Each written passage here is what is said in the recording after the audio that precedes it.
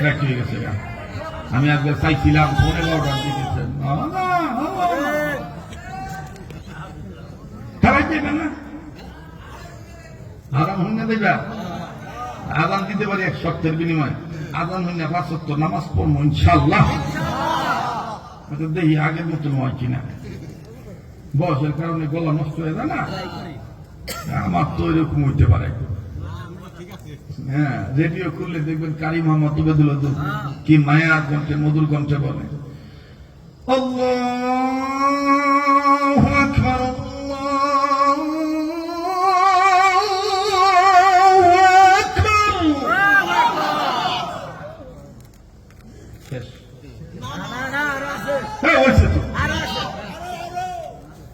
এই মরাঠি আয় করতে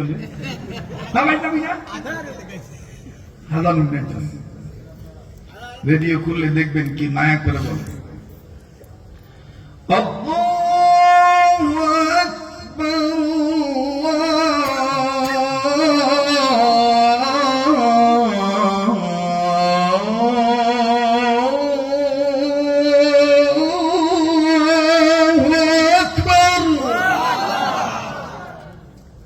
আপনাকে তো ভালোই লাগে, কিন্তু যারা ঘুমাইছে ওরা কেউ বলবে মরার হুলুদা এত তাড়াতাড়ি ভদ্র আজান দিতেছে। এইটা ভদ্র আজান না রে, এটা প্রেমের আজান, ঠিক কিনা? আশহাদু আল্লা ইলাহা ইল্লাল্লাহ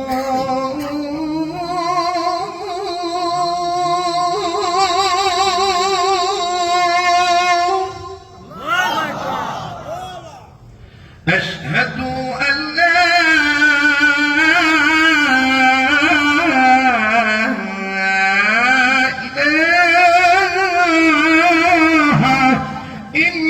إلا الله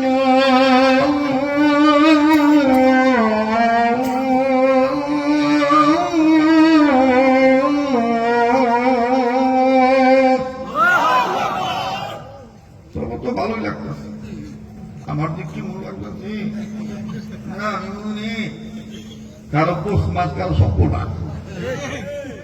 অনেকে কয় এটা মক্কা মদিনা আজান না, এটা বাঙালি আজান। মক্কা মদিনা আজানটা ভিন্ন স্টাইল, মুরব্বী যেহেতু কইছে একটা লাইন শুনাই দিই। মক্কা মদিনাতে আরব আমিরাতে যখন আজান দেয় তখন মায়ার কণ্ঠে চমৎকার কণ্ঠে নরম সুরে বলে আল্লাহু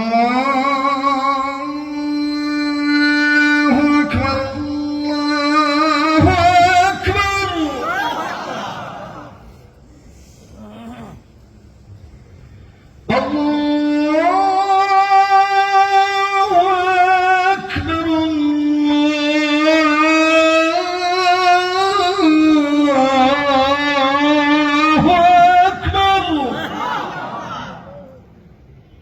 অনেকে বাবের দেশে গেছে, ঠিক না?